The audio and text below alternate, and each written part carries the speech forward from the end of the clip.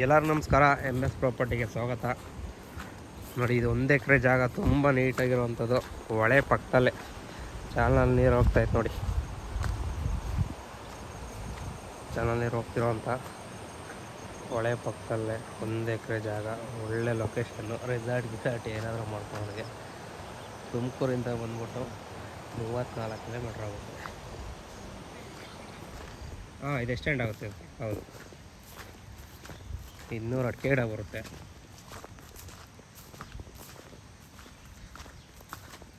ಇಪ್ಪತ್ತೊಂದು ತೆಂಗಿನ ಗಿಡ ಬರುತ್ತೆ. ಬೆಳೆ ಬರ್ತಿರುವಂಥದ್ದು.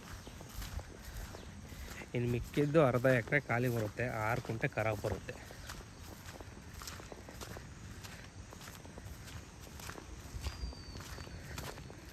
ಪಕ್ಕದಲ್ಲೇ ಹೊಳೆ ಹರಿತಿರುವಂಥದ್ದು. ತುಂಬ ನೀಟಾಗೈತೆ.